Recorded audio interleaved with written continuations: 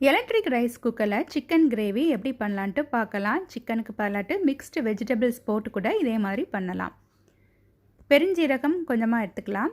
கரம் மசாலா கொஞ்சமாட்டு, வத்தல் பொடி, மஞ்சள் பொடி, மல்லிப்பொடி எல்லாமே இந்தளவுக்கு எடுத்தால் போதும். கொஞ்சம் புதினா, மல்லி இலை, கொஞ்சம் இஞ்சி பூண்டு பேஸ்ட், ஒரு வெங்காயம், ஒரு தக்காளி, ஒரு உருளைக்கிழங்கு. இது மெயினாக அகில் அதிபனுக்காக நான் செய்து ஷேர் பண்ணுறது.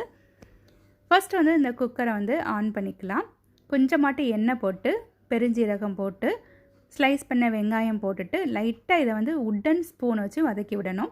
கொஞ்சமாட்டு இஞ்சி பூண்டு பேஸ்ட் போட்டுட்டு, ஒரு தக்காளி, உருளைக்கிழங்கு, சிக்கன் எல்லாமே போட்டுட்டு, கொஞ்சமாக புதினா, மல்லி இலை, கரம் மசாலா, வத்தல் பொடி, மஞ்சள் பொடி, மல்லிப்பொடி. இந்த வத்தல் பொடி, மஞ்சள் பொடி, மல்லிப்பொடி, கரம் மசாலா பொடி இதுக்கு பதிலாட்டு சிக்கன் மசாலா இருந்தாலும் போட்டுக்கலாம்.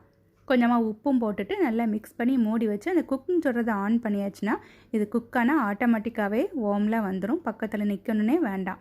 இதை அப்படியே நம்ம சப்பாத்தி கூடையோ இல்லைன்னா ப்ரெட்டு கூடையோ ரைஸ் கூடையோ எது கூட வேணாலும் சாப்பிட்டுக்கலாம்.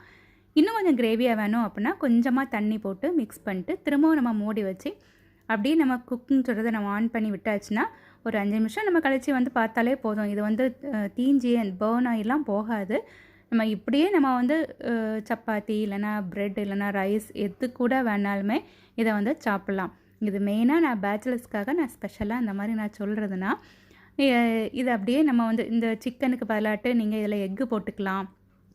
இது இன்னும் கொஞ்சம் கிரேவியாக வேணும் அப்படின்னா கொஞ்சம் தேங்காய் கூட கொஞ்சம் கசகசா கொஞ்சம் கேஷ்யூ நட் போட்டு நல்ல பட்டு போல் கொஞ்சம் தண்ணி போட்டு அரைச்சிட்டு இதை அப்படியே போட்டுட்டு இந்த மிக்சியையும் கொஞ்சம் நம்ம கழுகி அதில் போட்டுட்டு நல்லா திரும்பவும் மிக்ஸ் பண்ணி திரும்பவும் அதை மூடி வச்சுட்டு குக்கிங் சொல்கிறத ஆன் பண்ணி விட்டுட்டால் போதும். இது நம்ம 5 நிமிஷம் கழிச்சு நம்ம அது வார்மில் வராமல் இருந்தாலே நம்ம ஓப்பன் பண்ணலாம். ஏன்னா அது நல்லா கொதித்து நமக்கு வந்துடும் நமக்கு. ஏன்னா ஆல்ரெடி சிக்கன் பொட்டேட்டோ எல்லாமே நல்லா வெந்துட்டு இது லாஸ்ட்டில் கொஞ்சமாட்டு கஸ்தூரி மேத்தி போட்டுட்டு கொஞ்சமாக மல்லி இலையும் போட்டு மிக்ஸ் பண்ணியாச்சுன்னா இந்த கிரேவி ரெடி. இதுக்கு சிக்கனுக்கு பலாட்டு நீங்கள் வெஜிடபிள்ஸ் போட்டு பண்ணலாம், இல்லைனா பன்னீர் போட்டு பண்ணலாம், இல்லைனா மஷ்ரூம் போட்டு, இல்லைனா சோயா சங்க்ஸ் போட்டு, மிக்ஸ்டு வெஜிடபிள்ஸ் இல்லைனா எக்கு போட்டு எது போட்டு வேணாலும் பண்ணலாம். இது வெளி ஊர்களில் படிக்கக்கூடிய பசங்க, வேலைக்கு போயிருக்க பசங்க இவங்க எல்லாருக்குமே தனியாக இருக்கக்கூடிய பேச்சுலர்ஸ்க்கு ரொம்பவே யூஸ்ஃபுல்லாக இருக்கும்.